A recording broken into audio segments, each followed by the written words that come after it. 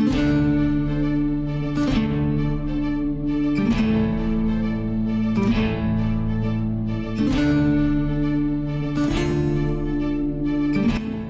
आपण जाऊन बघणार आहोत की स्टेट ऑफ माइंड. आता आपण माइंड बघितलं, माइंडचे दोन पार्ट बघितले, साधारण कॉन्शियस माइंड काय आहे, सबकॉन्शियस माइंड काय आहे. आता या माइंडच्या मुळे स्टेट ऑफ माइंड ही कशी चेंज होते. आता आपण पॅटर्न्स पाहिले ना. आता मला सांगा की एखादी घटना घडली, आजच गुढीपाडवा होता म्हणजे आहे, सकाळी आपण लवकर उठलो असेल, मग सगळे उठल्या उठल्या आपण मग काय ज्या आपल्या संस्कार असतील त्या पद्धतीने सगळ्या गोष्टी करायला घेतल्या. मग त्या सगळ्या गोष्टीचा आपल्या मनावर आज कसा परिणाम झाला असेल. सगळं पॉझिटिव्ह वाटत असेल आज आपल्याला सकाळपासून. आपण छानपैकी तोरण लावलं, छानपैकी रांगोळी काढली, काहीतरी गोडधोड बनवलं, आज गुढीपाडवा म्हणजे एक इव्हेंट आहे आज गुढीपाडवा नावाचा. त्याचा परिणाम आपल्यावरती काय झाला तर पॉझिटिव्ह केला, म्हणजे आपली स्टेट ऑफ माइंड कशी पॉझिटिव्ह. पण समजा सकाळी आता आपण रुटीन लाईफ जगतो आणि एका दिवशी लवकर उठायचं असतं आणि नेमका उशीर, आणि एकदा उशीर झाला घड्याळ, अरे बाप रे 7:30 उठायचं होतं 7:30, लगेच इकडे आराम असतो वाटला 1 तास. मग पटपट पटपट पटपट आंघोळ कर, जेवण कर, किचनमध्ये जा. हे करता करता कोणीतरी चुकून भांडच पडतं, कुठेतरी फोडणीच करपते, कुठेतरी काहीतरी चुकीचंच होतं, किंवा अंशला तयार करताना मग तो झोपेतच असतो, मग आपण एखादा झपाटा मारून देतो, मग ते रडायला लागतं. मग ह्या सगळ्या गोष्टी निगेटिव्ह जातात. मग त्याचा परिणाम आपल्या मनावरती कसा होत असेल, निगेटिव्ह होता, बरोबर आहे. आणि मग त्या निगेटिव्हिटीमध्ये प्रथमेश उशीर झाला, सगळंच कटकट कटकट झाली, चला आता तीच कटकट घेऊन प्रथमेश बाहेर पडणार किंवा मी बाहेर पडणार, आणि मग त्याच माइंडसेट मध्ये मी कामं करायला गेल्यावरती कामं होत पण नाही. म्हणजे मग आपलं बिलीफ काय पडलेलं आहे, सकाळी एकदा एक काम चुकीचं झालं नाही की अख्खा दिवस आहे ना बिलीफ आपल्यामध्ये. मग मला तुम्हाला दाखवायचं state of mind. State of mind मध्ये दोन प्रकारच्या गोष्टी बघितल्या, स्टेट बघितल्या, पण एक तर नेगेटिव्ह स्टेट बघितली, पॉझिटिव्ह स्टेट बघितली, बरोबर ना. आता दोन गोष्टी बघितल्या.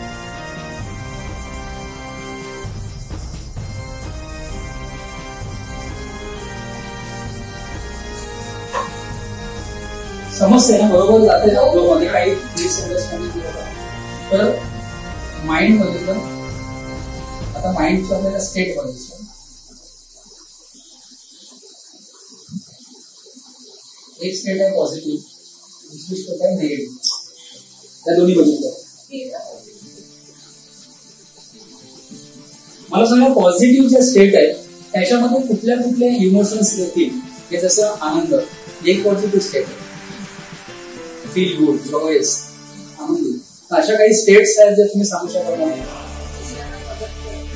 मदत करणं हे पॅटर्न झाला, बिहेवियरचा पॅटर्न झाला, स्टेट ऑफ माइंड नाही.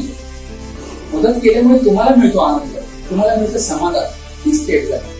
तुमच्या मनामध्ये ज्या गोष्टी घडतात, मला पॉझिटिव्ह स्टेट पाहिजे आणि निगेटिव्ह स्टेट पाहिजे. समाधान ही पॉझिटिव्ह स्टेट झाली, हॅपीनेस ही स्टेट झाली. आपण लिहूया इथे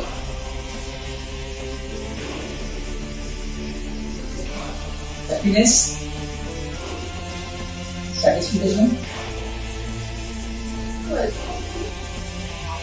mind state, positive, negative, happiness, satisfaction.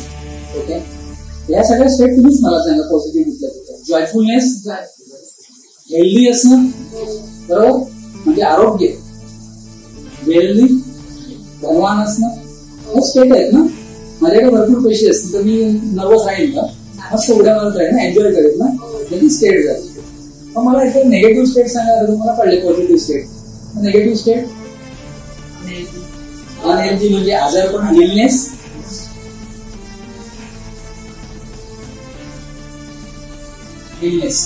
दुसरं सराउंडिंग नाही,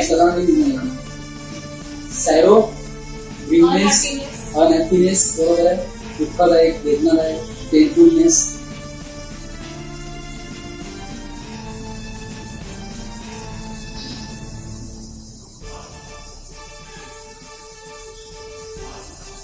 घरी बसणं, पैसे नसणं, ही देखील स्टेट ऑफ माइंड होऊ शकतो. मग त्याच्यामुळे नेगेटिव्ह स्टेट मध्ये आपण जातो. म्हणजे मला पैसे नाही येत आणि मला एखादी गोष्ट करायची, तर माझी स्टेट नेगेटिव्ह होऊ शकते. सो ते पण एक पुअरफुलनेस हा जो प्रकार आहे हा देखील एक निगेटिव्ह स्टेटमेंट लावू शकतो. सॅरो सॅरो बोलतो पेनफुल आणि सॅरो. First illness.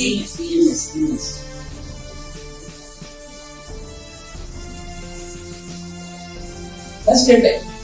आता ह्याला एनएलपी मध्ये पॉझिटिव्ह आणि निगेटिव्ह नाही म्हणून त्याला काय म्हणतात, जिथे आपण पॉझिटिव्ह लिहिलंय ना तिथे म्हणतात रिसोर्सफुलनेस. हे रिसोर्सफुल स्टेट आणि हे अनरिसोर्सफुल.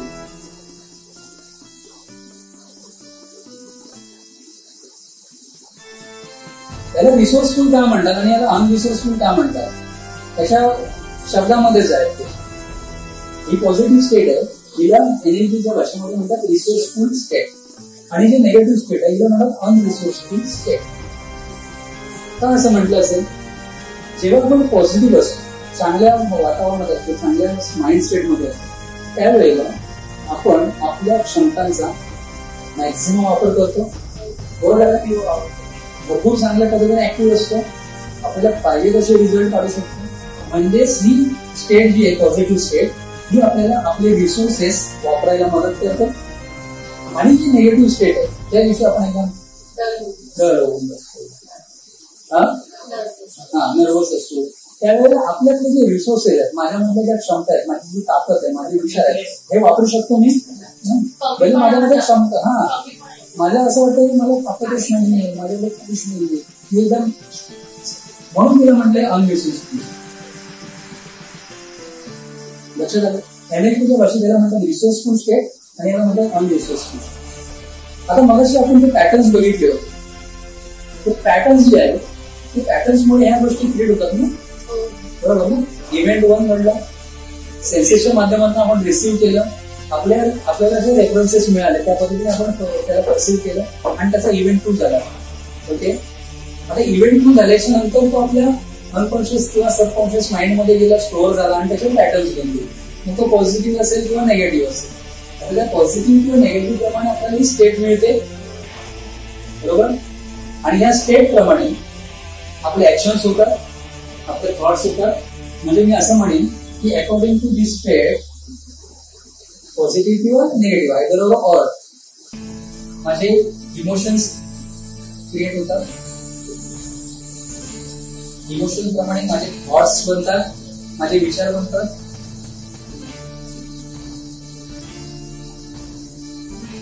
आणि या विचारांप्रमाणे माझे ऍक्शन्स क्रिएट होतात.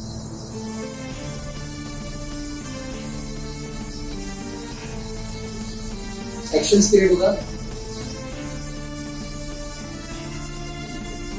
आणि या माइंडच्या अगोदर आपण इव्हेंट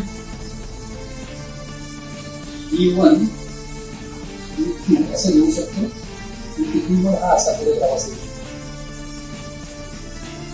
बरोबर. बाह्य जगामध्ये एखादी घटना घडली तिला मी रिसिव्ह केलं, इव्हेंट 2 झाला आणि इव्हेंट 2 जसं असेल त्या पद्धतीने माझ्या माइंडमध्ये स्टेट क्रिएट झाली.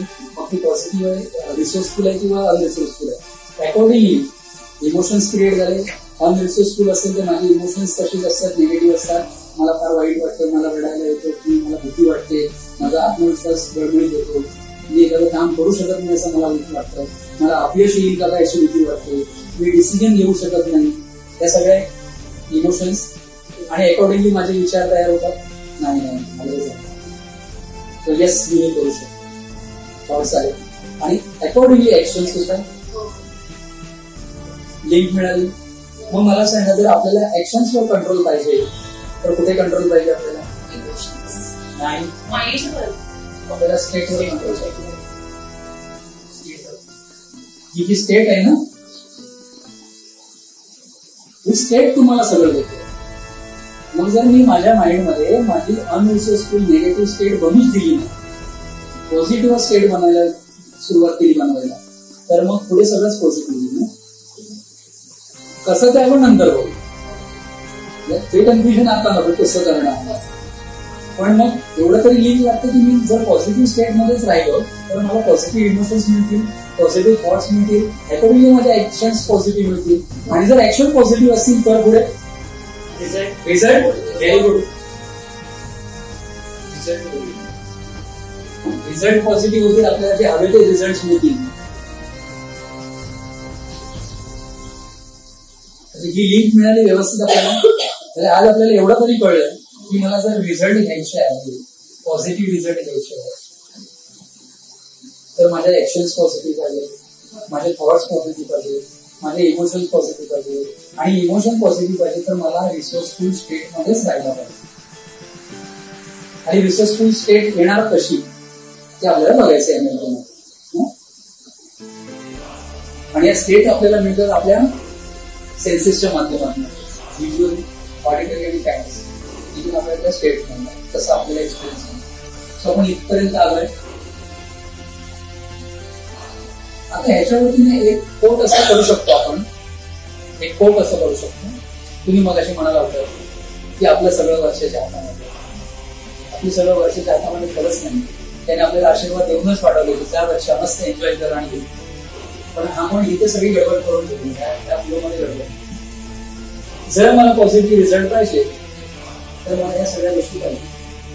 आज उलट प्रवास करायला पाहिजे, राईट ना. आता मी जर असं म्हणतो की मला महिन्याला एक 5-6 लाख रुपये पाहिजे, इन्कम पाहिजे, असा गोल घेतो, कुठलाही एक गोल घेतला किंवा माझा फार मोठा एक बेकरी शॉप किंवा समथिंग लाईक दॅट असं काहीतरी करायचं, हा रिझल्ट झाला ना. हा रिझल्ट मिळण्यासाठी मला ऍक्शन्स घ्यायला पाहिजे. मग त्याच्या पद्धतीने मला वर जायला पाहिजे. रस्ता कळायला मला कुठेपर्यंत जायचं.